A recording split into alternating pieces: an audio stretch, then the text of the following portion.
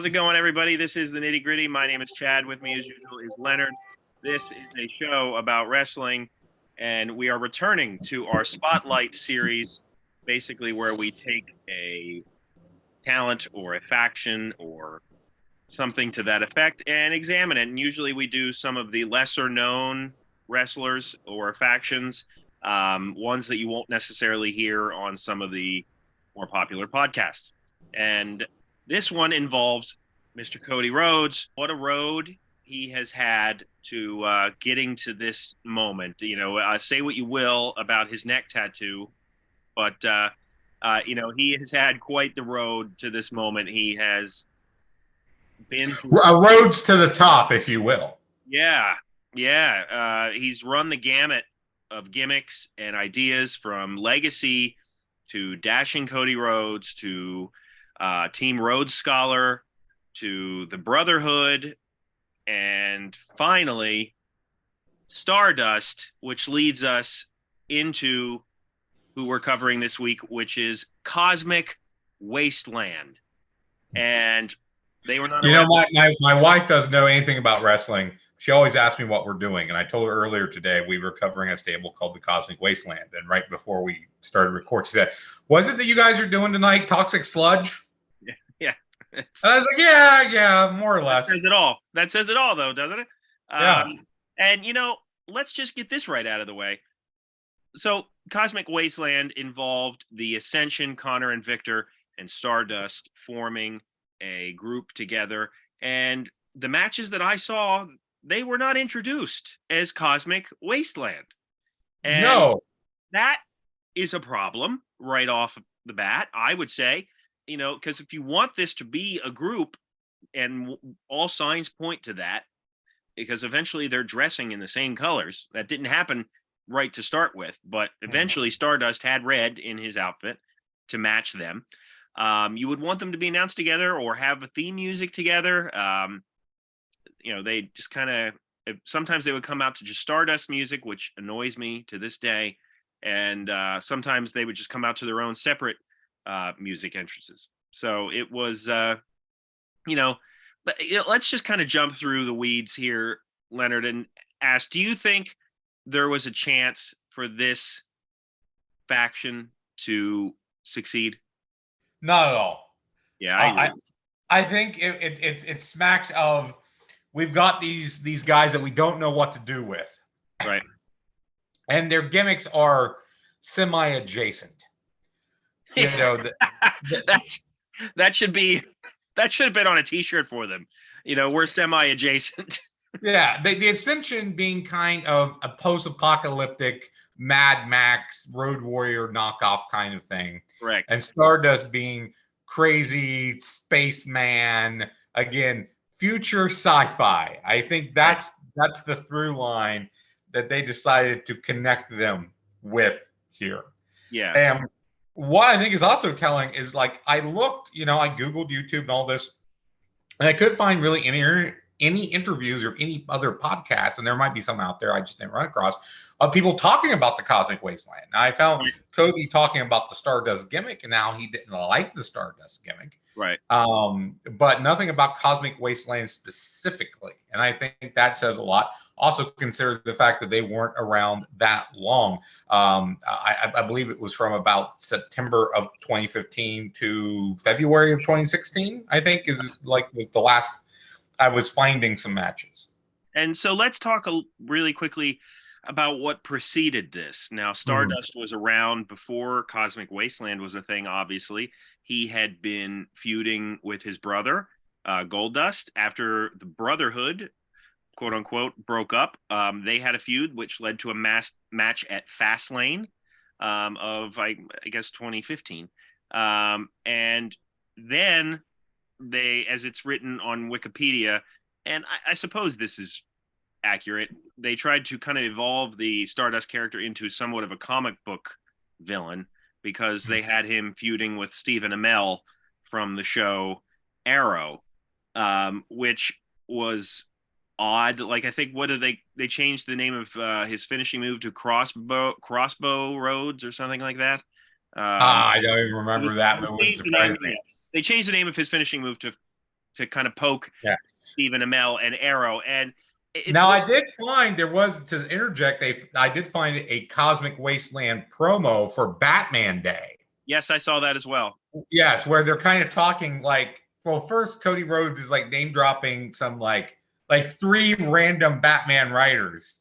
Yeah, yeah, This, I noticed that, and I was like, nobody's gonna know what he's talking about. no. But it seems like he just Googled, okay, people who worked on Batman comic, and went, okay, and that's who he went with, because like he didn't mention Bob Kane, he didn't mention Bill Finger, Neil Adams, Denny O'Neil. I mean, none of the people who you should name drop. It was like, well, Grant Morrison wrote Batman for 2 seconds, and I'll say his name. You know, it was very random. But then he almost talks like Batman is real, and then he talks about how he's coming after Green Arrow. Yeah, so even Amell stuff gets looped in there. Another thing too to mention, Stardust promos remind me of Ultimate Warrior promos. Oh, they're not. They are of the same vein for sure. Yeah, because they're just crazy. They're rambling. They talk about the gods and the stars and the space, and I would want to ask Cody if he modeled them after Warrior.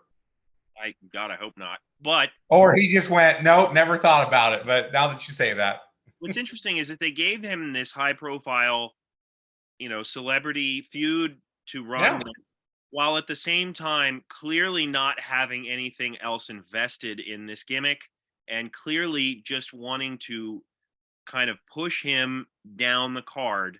And from an interview I did find, he talked about the origins of Stardust being that he was working with his brother, and he didn't name a name, but it was Stephanie McMahon, who basically said, this is getting stale, you should be more like Goldust.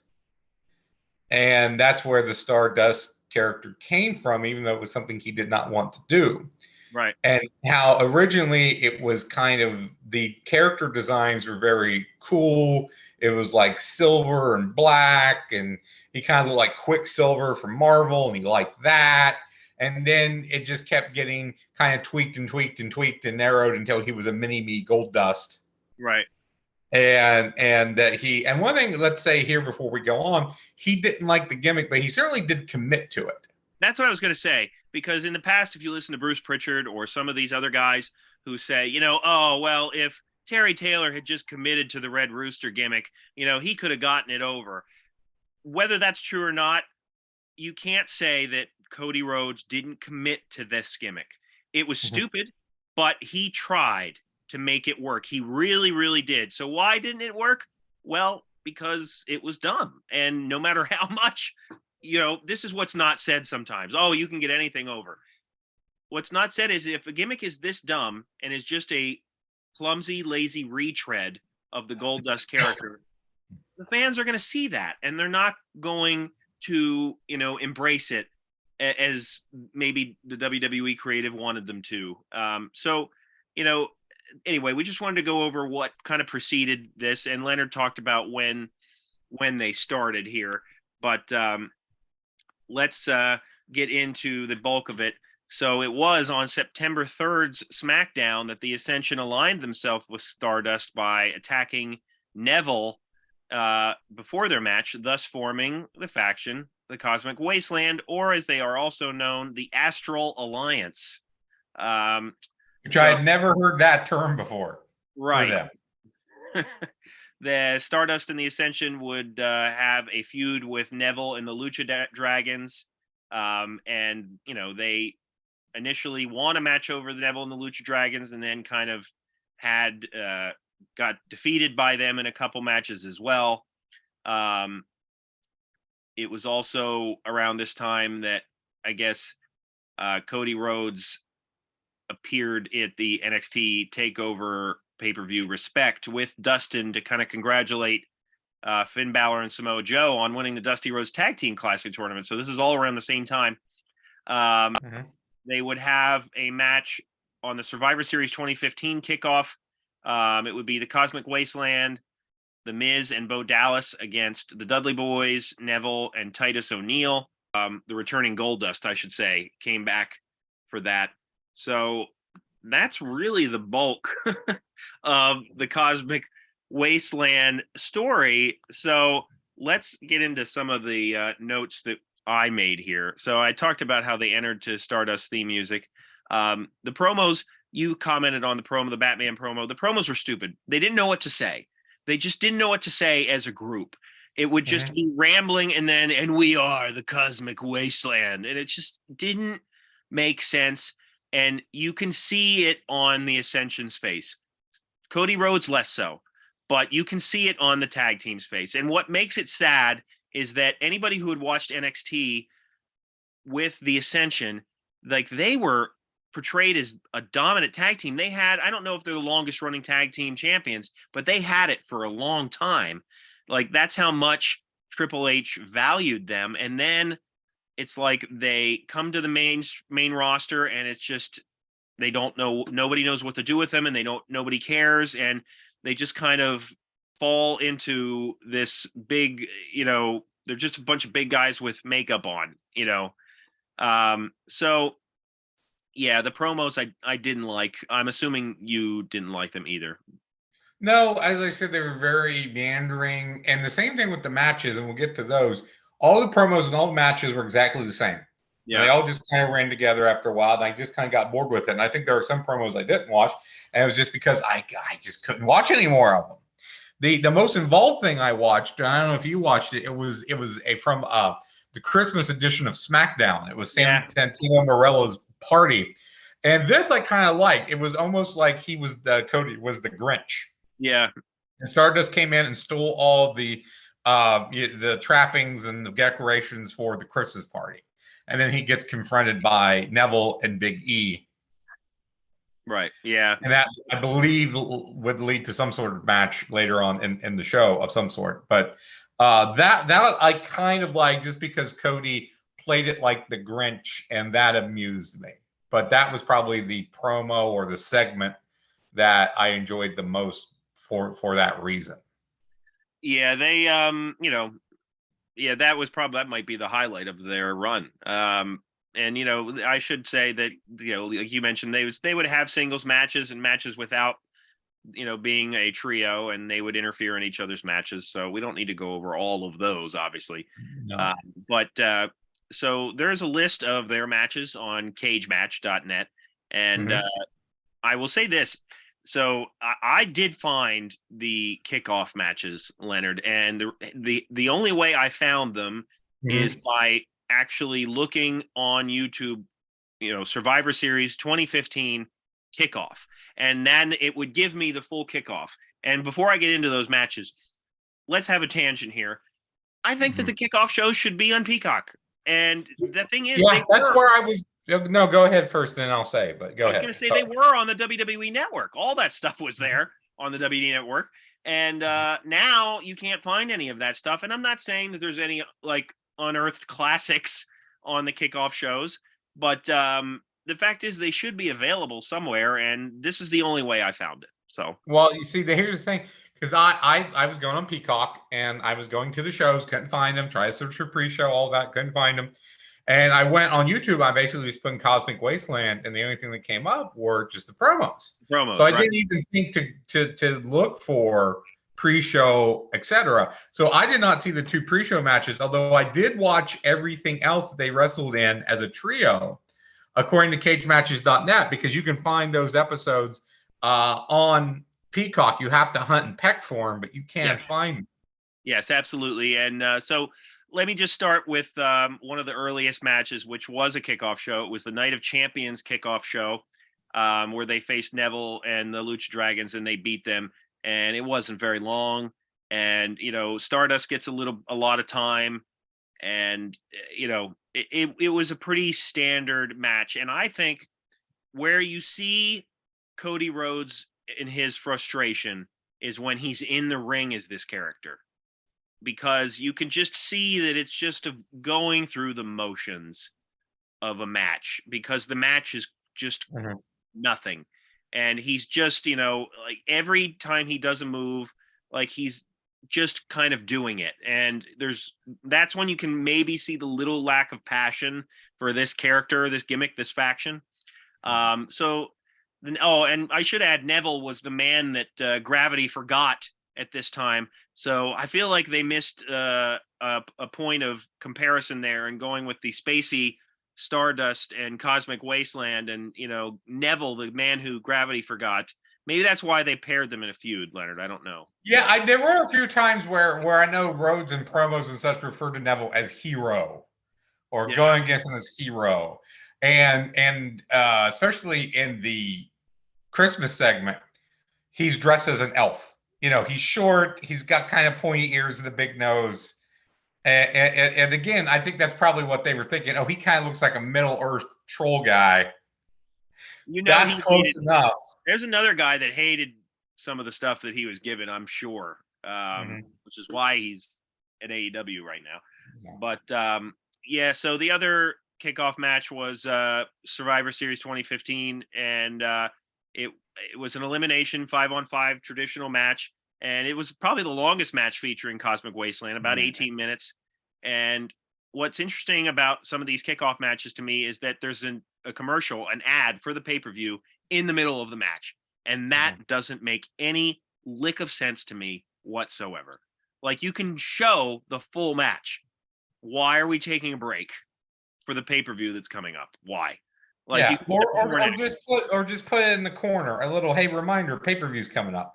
I always mention about like the fantasy wrestling stuff I do, and I write like a pre-show for my pay-per-views that I write, and this is just me writing it, and even that I'm writing in a way is like, oh, I'm teasing stuff that might happen on the main show that would get you to want to watch it. It should be stuff that makes you want to buy the event. Right. And I feel like what it became was just, okay, here's guys that we need to give something to do. Put them in a 4-on-4 or 5-on-5 or whatever. Right. Here's a time filler because we have to do this pre-show. And it didn't become about selling the pay-per-view or trying to do something interesting. Because that's another thing I'll do when I write these pre-shows. Oh, there's a match. Maybe I don't want to put it on the main card, but I think it's important, and I'll put it on the pre-show, and I'll give it a placement right before the start and things like that. Again, I'm not trying to tout myself as Booker of the Year, but I mean, there's common sense things when it comes to doing it. And what really kind of, I think, makes Stardust and this faction sad is the fact that up until watching matches with this group, I did not know what Titus O'Neil's finishing move was called. And it's the Clash of the Titus. Clash of the Titus, yes. Which is a great name, but I didn't know what it was called because you very rarely got to see him use it. And he finishes multiple matches with this faction by hitting his finishing move, which I just find like, man, if you're losing to Titus, that there's a problem. And you know what? All respect for Titus and some of the work that he does outside of in-ring stuff. He's obviously a good guy, and and obviously a big imposing guy, but I guess he just never really clicked. So he was always in these WWE main event or superstars or whatever kickoff show slots. So those are the two kickoff matches. But Leonard, what are some of the other matches that we had to watch? Sure, and these are all the exact same match, more or less. Yes. So all again, 6 to 8 minutes. Yes. And follows kind of the same format. The heels start on top, they tag in and out. They work a heat segment on one of the guys, hot tag, and it's usually Victor or Connor that winds up taking the loss. So according to Cage Matches, the first thing that they have listed is November. And I should say, if you look on the network and you look on cagematches.net, there is some discrepancies in the dates.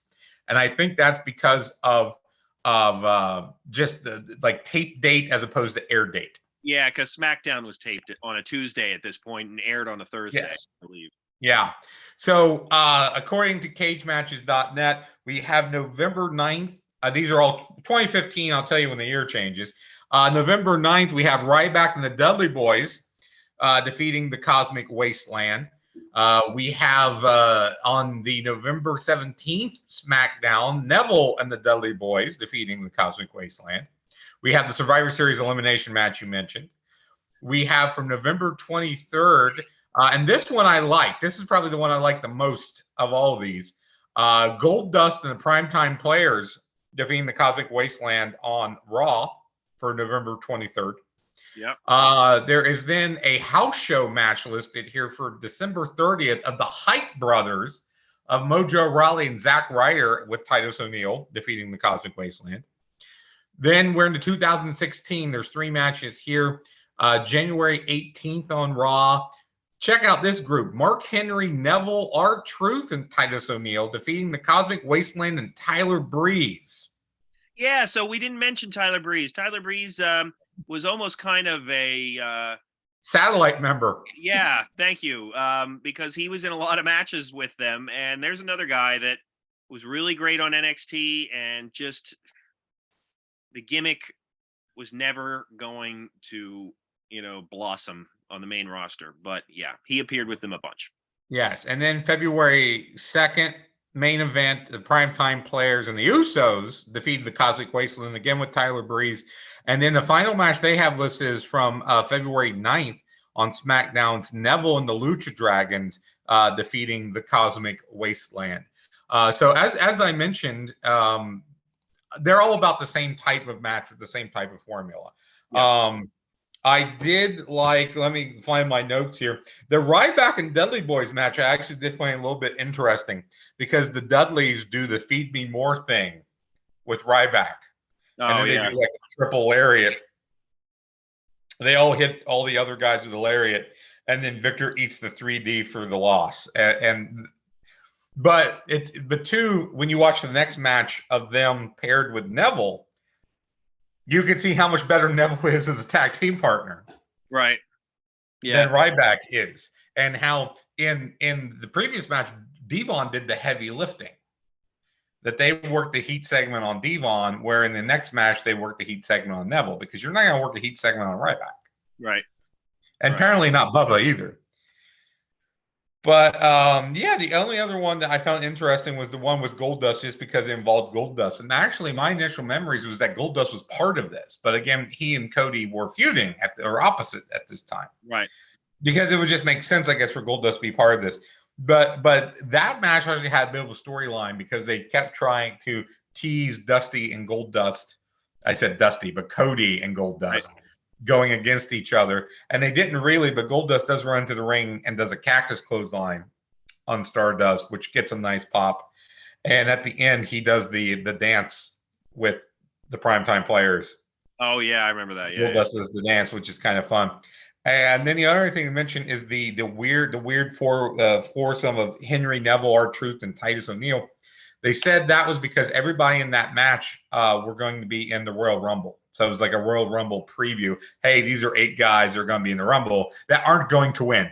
Yeah. And that's the other thing. So on the matches that we've talked about, some of them from main event, some superstars from Raw, SmackDown, kickoff shows, different commentators a lot of the times. And the running theme is that even the commentators weren't really showing this faction a lot of respect. A lot, no. They just were like, oh man, they're weird, huh? Like that was kind of, paraphrasing, that's what it was. And I'm not outright criticizing the commentators, but like when you're given a fairly new gimmick and the commentators are right away not really sinking their teeth into it, why are we doing it? Like, why did we want to do this? Like, that's what I would have asked. And maybe he did backstage, Cody. Like, why are we doing this? Like, what's the end game? Like, if this is the idea to get me over, then no. It doesn't get you over. And apparently he did a lot of stuff like that. He voiced his opinions and his displeasure with a lot of this stuff. And I think as short-lived as this faction is, the important thing about covering it is that I think without this faction, I don't think that Cody would have had to, continue moving down the card and get so frustrated that he left. And he went on the indie scene. Stardust and Goldust had that feud at WWE. What happened? They went to AEW And one of the early matches from AEW was brother versus brother, and it was fantastic. And I, low key sending a message like, this is what we could have done, because apparently the rumor was they wanted to wrestle at WrestleMania. And Vince didn't think that it was a WrestleMania level match. So I think that whereas a lot of the saying is you walk away and you learn a new hold, I don't necessarily think that it was Cody learning a new hold as much as it is him committing to himself. He wanted to leave. He wanted to. Well, I was going to say he upped his own personal value, and that's what you've seen a lot lately. Drew McIntyre did the same thing. Muhammad Hassan did the same thing. They didn't so much go away and learn a new hold. They went away and they kind of built themselves up to the point that WWE said, okay, come on back. And kind of used them in that way, not the way that they had tried to, but the way that they had built themselves. And I was thinking the exact same thing. I was going to say the exact same thing that you just did, because if it wasn't for this, we may not have AEW at all. True. Because it was Cody leaving, working the indie scene, going to Japan, hooking up with Kenny Omega and the Young Bucks, saying, hey, we could probably do something, putting together All In, attracting Tony Khan's attention. Yep. Snowing him, which I'll just say that's my personal opinion. They just said, hey, give us a bunch of money. We can make this work. And they have. I mean, hey, they still exist. But kind of getting him to back them and creating AEW. So if they had just pushed Cody, there's a good chance this wouldn't have happened. AEW wouldn't have come about. And I think before the Stardust gimmick, I think there was opportunities for them to push him a little bit harder. And, maybe I would say maybe, the dashing, the legacy Cody Rhodes era, like dashing was around the time that he was the IC champ. So like, I would say that. And dashing could have been similar to kind of what MJF is doing. Right. Those types of promos, that type of look, that type of character. And I love the Smoke and Mirrors theme song. Oh, yeah. Yeah, the whole, it's just like watching the Stardust stuff though, again, where he's like, Yeah.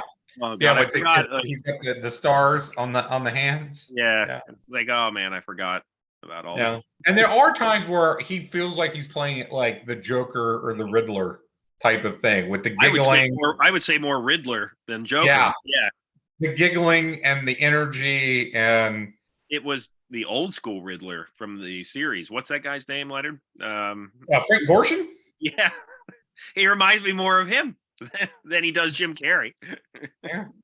Maybe not. Yes, probably so. You know, when I saw Batman versus Superman, I thought that's what Jesse Eisenberg was doing as Lex Luthor. Frank Gorshin? I thought that he was playing the Riddler and watched the Frank Gorshin and said, oh, okay, I'm going to do that. You know what? In a perfect world, this is the inspiration for a lot of characters, is his portrayal of the Riddler. It's just Frank Gorshin. It was a great impressionist as well. Look up some of his Tonight Show. Look up some of his Tonight Show appearances. He does some. Of course, these are old school Hollywood impressions, but he does some great impressions as well. Yeah, well, this is how interesting the Cosmic Wasteland is. We're talking about Frank Gorshin. Yeah. So, that's what I mean. Like, I just think that this one was doomed from the start. And it's like, you have him voicing his disappointment with Stardust alone. And then they're like, you know what? We're going to double down. Like, what the way you need to make it work is have a faction, like a faction that no one cares about nor called for. Like, usually when you have a faction, you want it to be somebody that warrants one, that deserves it, that could benefit from it. Right. Which is I'm not saying that Cody Rhodes could not benefit from having people around him. I think we have seen that. Yeah. A legacy, what they call the Rhodes legacy or whatever it was in AEW. He did Team Rhodes Scholar with I'm forgetting his name. The Miz's body double. You mean Sandow, Damien Sandow? Yes, he was with Sandow for a while, and the Brotherhood was with Goldust. So he tried that for a while, and if they have learned nothing, I hope it's that he's better as a solo act. I think he is, because he tried the Bullet Club outside of this too.